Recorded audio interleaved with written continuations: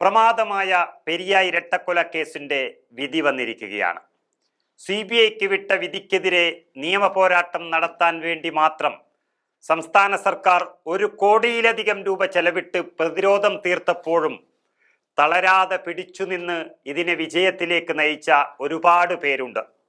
എങ്കിലും അതിൽ 3 പേരുണ്ട് ഒരിക്കലും മായ്ച്ചു കളയാൻ കഴിയാത്തവർ ആയിട്ട്.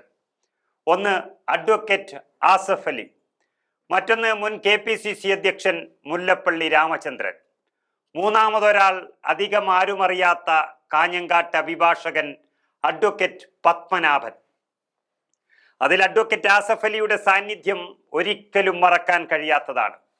ആസഫ് അലി എന്നാൽ കണ്ണൂർ ജില്ലക്കാരനായ പ്രമുഖ അഭിഭാഷകനാണ്, കോൺഗ്രസിന്റെ നേതാവാണ്. ഉമ്മൻചാണ്ടി സർക്കാരിന്റെ സമയത്ത് അഡ്വക്കേറ്റ് ജനറൽ ആയിരുന്നു. CK ശ്രീധരൻ എന്ന അന്നത്തെ കോൺഗ്രസ് നേതാവ് ഏറ്റെടുത്ത കേസിൽ കോൺഗ്രസിന് പ്രതീക്ഷയുണ്ടായിരുന്നു. ശ്രീധരൻ എല്ലാം തന്നെ ഇരുന്ന് പഠിച്ചു. കോൺഗ്രസുകാരുടെ ഇടയിലും വീട്ടിലും സംഭവ സ്ഥലത്തും എല്ലാം പോയി തെളിവ് സഹിതം എല്ലാം പഠിച്ചെടുത്തു. അത് നിരാലംബരായ ആ കുടുംബത്തിന് വലിയൊരു ആശ്വാസമായിരുന്നു. എന്നാൽ ഈ ലോകം കണ്ട ഏറ്റവും വലിയ ചതിയനായ CK ശ്രീധരൻ ഒരൊറ്റ രാത്രി കൊണ്ട് പണം വാങ്ങി കേസ് അട്ടിമറിക്കാൻ ഫയലുകൾ അടക്കം കൊണ്ട് മറുകണ്ഠം ചാടിയപ്പോൾ അക്ഷരാർത്ഥത്തിൽ രക്തസാക്ഷി കുടുംബവും കോൺഗ്രസ് പാർട്ടിയും വിറങ്ങലിച്ചു നിന്നുപോയി. എന്നാൽ അവിടേക്ക് നീട്ടിയ കാരുണ്യത്തിന്റെ കരങ്ങൾ നിന്നിരുന്ന ഉടലിന്റെ പേരാണ് ടി ആസഫ് അലി. 1 രൂപ പോലും ലാഭേച്ഛയില്ലാതെ ആ കേസ് എടുക്കുകയായിരുന്നു പ്രതിഫലം പറ്റാതെ ആ പ്രമുഖനായ അഭിഭാഷകൻ. കൈമലർത്തി നിന്ന ഘട്ടത്തിൽ കൈപിടിച്ചു കൂടെ നിന്നവൻ ആസഫ് അലി. എന്നാൽ ഇന്ന് വിധി വന്നപ്പോൾ ചാനലിന്റെ മുന്നിലും മണ്ഡപത്തിലും പോയിരുന്ന് വീരവാദം മുഴക്കുന്ന പലരും അന്ന് ഇതിനോട് മുഖം തിരിച്ചു നിന്നപ്പോൾ ഇന്നത്തെ ഈ വിജയത്തിലേക്ക് എത്തിച്ചവരിൽ ഒന്നാമൻ അഡ്വക്കേറ്റ് ആസഫ് അലി വക്കീൽ തന്നെയാണ്. ഞങ്ങൾ അവിടെ പോയി ഇവിടെ പോയി മലമറിച്ചു എന്നൊക്കെ പറയുന്ന 8 കാലി മമ്മുഞ്ഞിമാർക്കിടയിലേക്ക് വരാതെ, അതുകൊണ്ട് തന്നെയാണ് അദ്ദേഹം അതിൻ്റെ അവകാശം പിടിച്ചെടുക്കാൻ വരാതെ മാറി നിൽക്കുന്നത്. പൂവിട്ട് പൂജിക്കുക തന്നെ വേണം ആസഫ് അലി വക്കീലിനെ. മറ്റൊന്ന് മുല്ലപ്പള്ളി രാമചന്ദ്രനായിരുന്നു. അദ്ദേഹമായിരുന്നു അന്ന് KPCC അധ്യക്ഷൻ. കേന്ദ്രത്തിലും കേരളത്തിലും ഭരണമില്ലാതെ ആർക്കും വേണ്ടാതിരുന്ന കോൺഗ്രസിന് കേസ് നടത്തിക്കാൻ ഒന്നുമില്ലായിരുന്നു കയ്യിൽ. രക്തസാക്ഷികളുടെ കുടുംബങ്ങൾക്ക് കൊടുക്കാനും ഒന്നും ഉണ്ടായിരുന്നില്ല.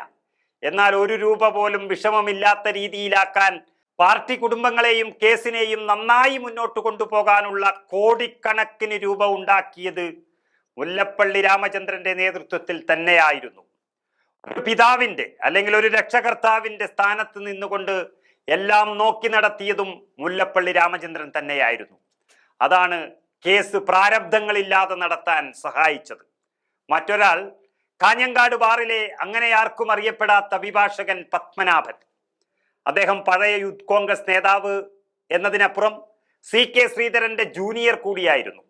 CK ശ്രീധരൻ എന്ന അഭിഭാഷകൻ സ്വന്തം പാർട്ടിയെ ഒറ്റുകെടുത്തു എന്നറിഞ്ഞതോടെ തൻ്റെ ശിരകളിലെ രക്തം തിളച്ച പത്മനാഭൻ വക്കീൽ പിന്നെ ഒന്നും ആലോചിച്ചില്ല.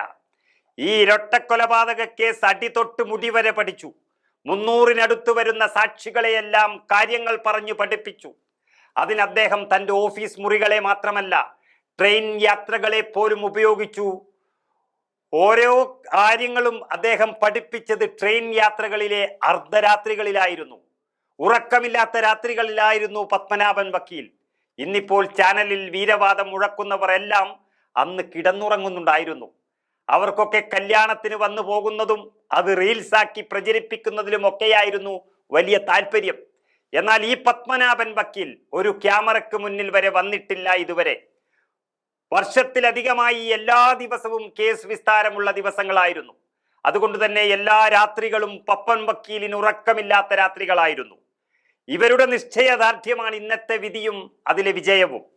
തങ്ങളുടെ അറിവും സമയവും സ്വാധീനവും എല്ലാം ഈ കേസിന് വേണ്ടി മാറ്റിവെച്ച് ഇതിനെ വിജയിപ്പിച്ചെടുത്ത ഇവർ ഇപ്പോഴും വളരെ സൗമ്യരായി തിരശീലയ്ക്ക് പിന്നിൽ മാറി നിന്ന് സന്തോഷിക്കുമ്പോൾ ഒരു 10 പൈസ പോലും വെച്ച് നീട്ടാതെ രാഷ്ട്രീയം കളിച്ചു നടന്നവരുടെ മുഖം മൂടി അഴിഞ്ഞു വീഴുന്നത് കൂടിയാണ് ഇന്നത്തെ CBI കോടതി വിധിയിൽ കണ്ടത്.